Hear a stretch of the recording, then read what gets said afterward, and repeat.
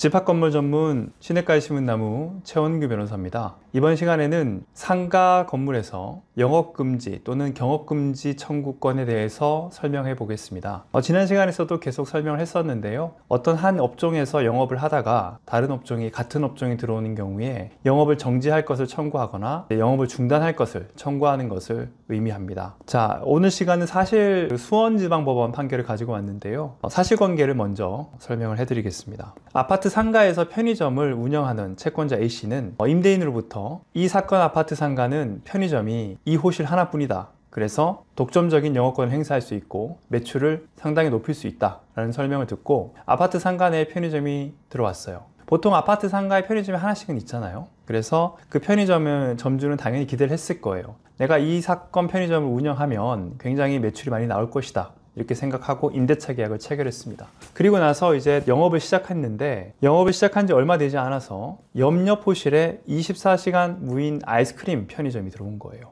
사실 편의점이라는 명칭을 붙이진 않고 24시간 무인 아이스크림 할인점이라고 보통 들어오죠. 그런데 여러분들도 아시겠지만 아이스크림 할인점이라고 해서 아이스크림만 파는 것이 아닙니다. 아이스크림뿐만 아니라 젤리도 팔고 과자도 팔고 학용품도 팔고 여러 가지 다 팔죠. 사실상 편의점하고 크게 다를 바가 없어요. 다만 차이가 있다면 무인이냐 사람이 있느냐 이 정도 차이일 것인데, 사실 요즘은 무인 편의점도 생기는 추세이긴 합니다. 아무튼 이 사건 그 부분 뒤로 하고, 이렇게 무인 아이스크림 할인점이 들어오자 이 편의점주의 매출이 엄청 떨어지기 시작하는 거예요. 그러니까 이 편의점주 입장에서는 자신의 영업권을 굉장히 침해당했다 라고 이야기하면서 이제 영업을 정지할 것을 그 임차인한테 청구를 한 거죠. 자, 관리규약을 어떻게 되어 있냐 하면 보면 이 관리규약에는 구체적으로 명시를 해놨어요.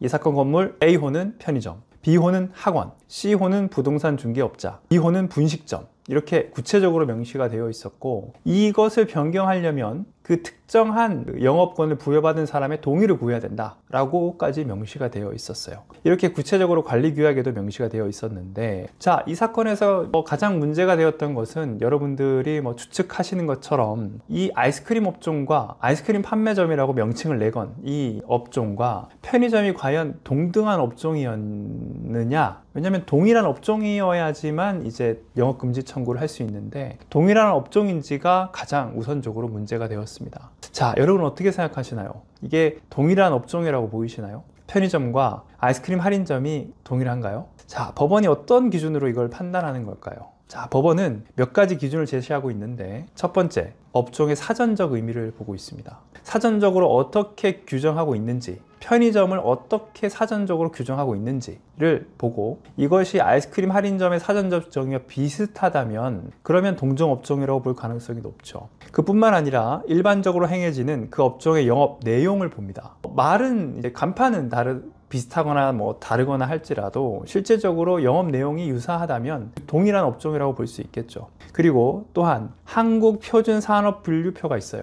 우리나라 참 희한한 거 많죠. 한국산업표준분류표상 어떤 카테고리 안에 들어가 있는지까지 봅니다. 이 사건 같은 경우는 특허청에서 어떻게 심사하는지 이렇게까지 살펴봤어요. 그래서 이것이 두 업종이 과연 동일한 업종인지 살펴보고, 동일한 업종에 해당한다면 그러면 독점적 영업권을 부여받은 사람이 그 다른 영업을 하고 있는 동일한 업종의 영업을 하고 있는 자를 상대로 영업금지 청구를 할 수 있는 것이죠. 자, 그러면 이 법원은 과연 어떻게 판단했을까요? 자, 일단 편의점 하면 가장 특징이 뭡니까? 24시간 영업이죠. 24시간 영업을 한다는 점에서 두 업종이 동일합니다. 유인이냐 무인이냐 차이는 있지만 이것이 과연 사람이 있는지 없는지가 중요한 것이 아니라 일단 그 영업 내용 자체가 유사하다고 본 거예요. 24시간 영업을 하고 판매하는 물품이 비슷합니다. 뭔가 조리를 하고 가공을 해서 판매하는 것이 아니라 공산품을 가지고 그 공산품을 판매하는, 단순히 판매하는 그 역할이기 때문에 두 역할이 같다고 본 거죠. 그런 의미에서도 동일한 업종이라고 판단했습니다. 이거를 좀 유식하게 표현하자면 가공 등을 거치지 않고 단순히 잡화 등을 판매하는 것이 주된 목적이다. 그래서 이 영업 범위가 동일하다고 봐야 된다, 그렇게 봤고요. 자, 결국 그래서 같은 업종으로 봐서 이 영업 자체를 정지하는 청구를 인정을 했습니다. 그런데 이 판결을 재밌는 게 뭐냐면 이렇게 영업 정지만 했을 뿐만 아니라 영업을 정지해야 되는데 이 판결이 나간 이후에도 만약 계속 영업을 한다면 위반일수 1일당 하루당 30만 원을 이 채권자한테 지급하라고 했어요.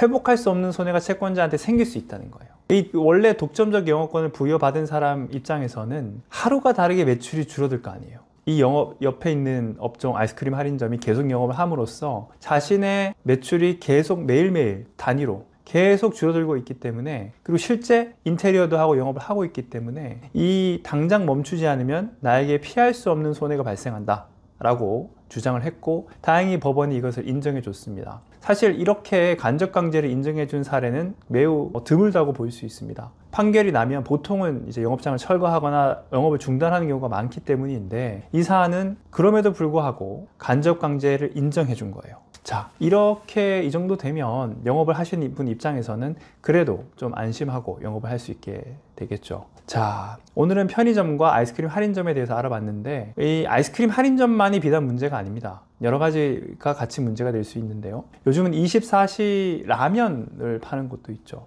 그러면 이거는 어떨까요? 이것도 편의점하고 동등하다고 볼 수 있을까요? 라면뿐만 아닙니다. 또 다른 것도 있어요. 비조리식품 판매하는 업종도 있죠. 밀키트라고 하죠. 그렇게 24시간 무인으로 판매하는 곳도 있는데, 과연 이 두 업종이 동일할 것인가? 이것은 또 법리적으로 치열하게 다퉈야 봐야 되는 문제일 수 있습니다. 이번 시간에서는 편의점과 24시간 할인점에 대해서 알아봤습니다. 영업 제한, 그리고 동종업종 영업금지 청구에 대해서 또 다음 시간에 설명드리겠습니다. 감사합니다.